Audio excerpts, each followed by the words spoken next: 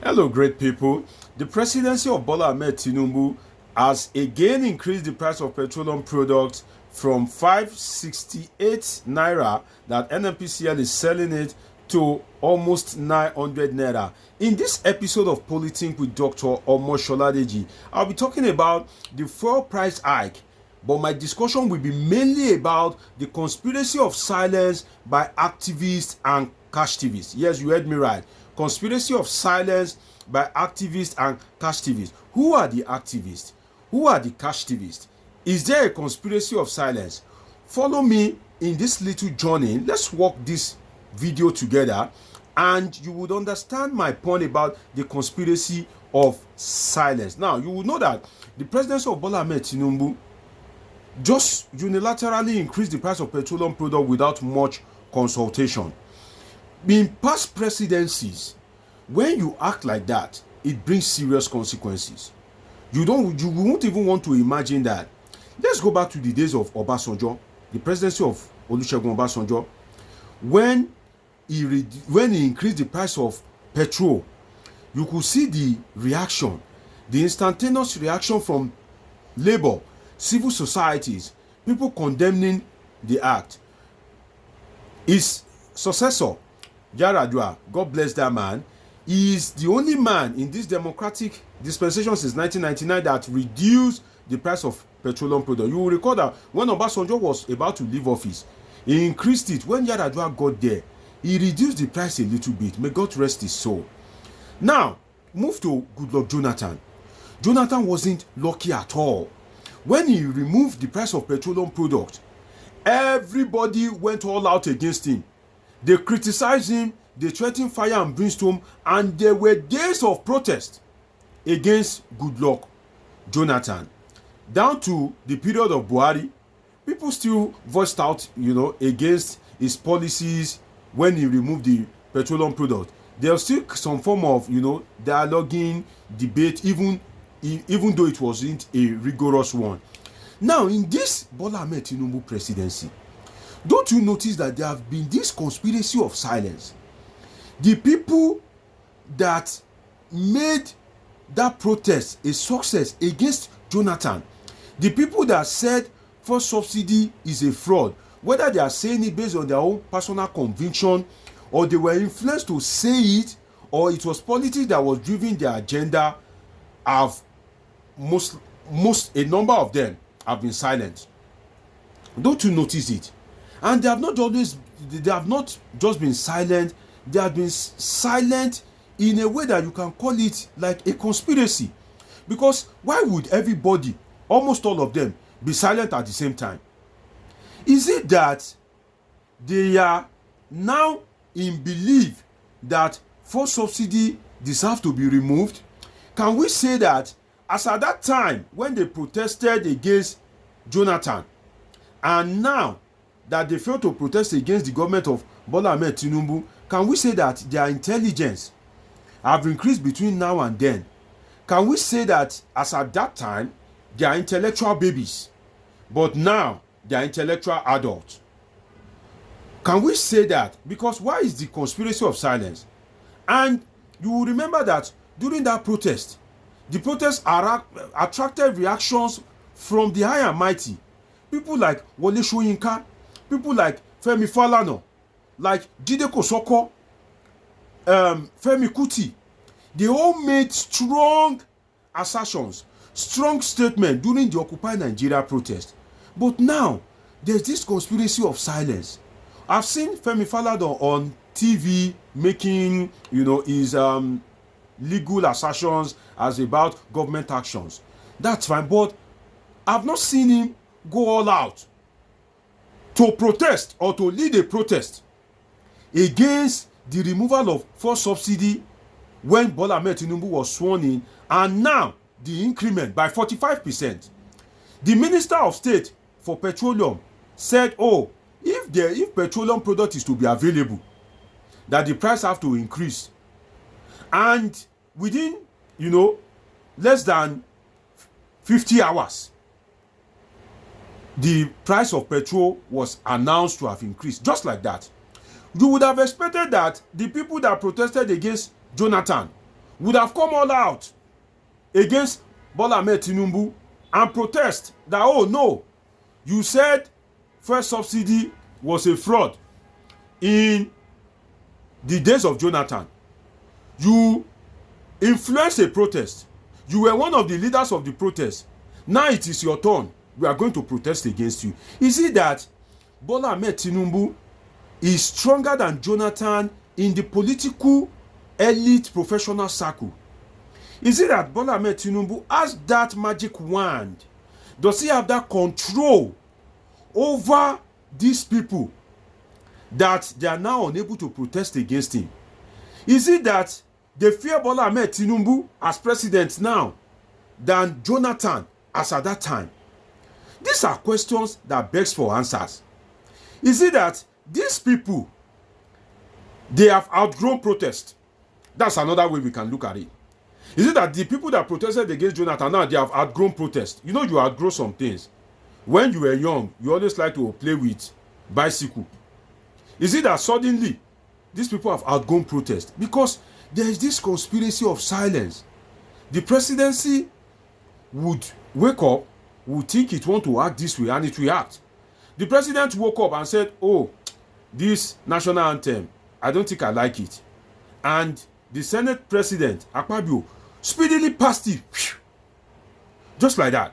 Without much debate and consultation, Nigerians kept quiet. Let's assume that the national anthem, whichever one is recited, it doesn't really affect you in any way. Whichever one that people recite, it doesn't affect the cost of goods and service, so people can be passive about it.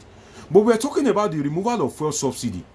And the people that usually, run their mouth have all, or most of them have remained silent or have not acted the way that they are supposed to have acted. The first question we need to ask ourselves is, even if you want to act, let's be sincere with ourselves. Can you protest today? Can you?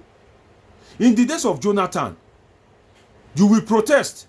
You will say, oh, that people should come out en masse. Can you do that today when government has even politicized protest anyway? Can you go all out and protest against the government when they are charging protesters for treasonable felony? And the president that was part of the protest at that point in time wasn't charged for treasonable felony by the government of Goodluck Jonathan. What an irony. You see, in life, you need to be careful when people lead you. Are people leading you to action because of their own personal interest, or they are leading you to action for public good, for societal growth and development? Or is it just based on their own personal interest?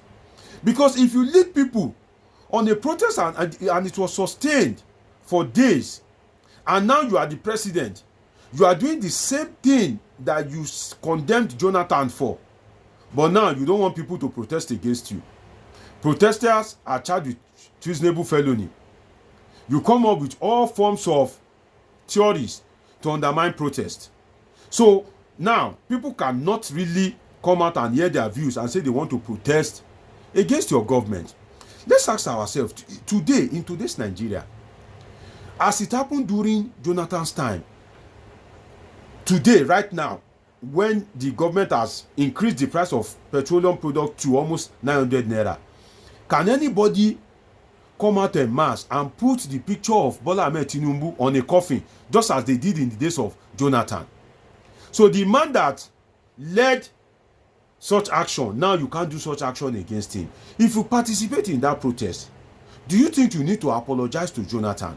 Or do you feel remorse for your action that you were used as an instrument by the then opposition class of politicians to achieve their aim of gaining power in the country, not ordinarily because they feel that the action is against your personal welfare as a citizen? Do you feel, does anything pricks your mind to either kind of like rethink your action, that if it is today, maybe you would have acted better? Are you more politically oriented now than before? Is it possible in the Nigeria of today for anybody to buy a goat and put the name of Bola Ahmed Tinubu, just as they did in the days of Jonathan? Is it possible today for people to come out en masse and protest and call DJ to be playing music and say you want to protest against Bola Ahmed Tinubu? Now, to not make matters worse, those people that were involved at that time are all silent now. And this begin to kind of like, begs the question. It was just kind of like unimaginable that where are all these people now? Where are all these people? Where are they? All of them have been silent. Is it that all of them are friends of Bola Ahmed Tinubu? Or they belong to the political class and caucus of Bola Ahmed Tinubu? Or they so much believe in him? Is that why all of them have just been silent? Is that why there's been no mass action? I'm not saying that there should be insurrection. I'm not saying people should protest and start looting. But people can kind of like hear their views and try to be consistent and persistent in their action. Another way to look at it is, let us look at the God of Jonathan. Because what Bola Ahmed Tinubu did is not worse to what Goodluck Jonathan did. But everybody came out in mass and protesting. So you need to question that, Goodluck Jonathan, what kind of luck do you have that Bola Ahmed Tinubu have now, should I say, what kind of unluckiness do you have that Bola Ahmed Tinubu now has the opposite, which is luck? Because he was the one that led this protest. So my advice to the people that led protest against Jonathan and are now conspiratorially silent is that, do you feel remorse for your action? Do you feel you have been influenced negatively by politicians? Do you think you need to apologize to Jonathan? Do you think you need to apologize to Nigerians for the conspiracy of silence at this point in time? Or have you now become intellectually matured?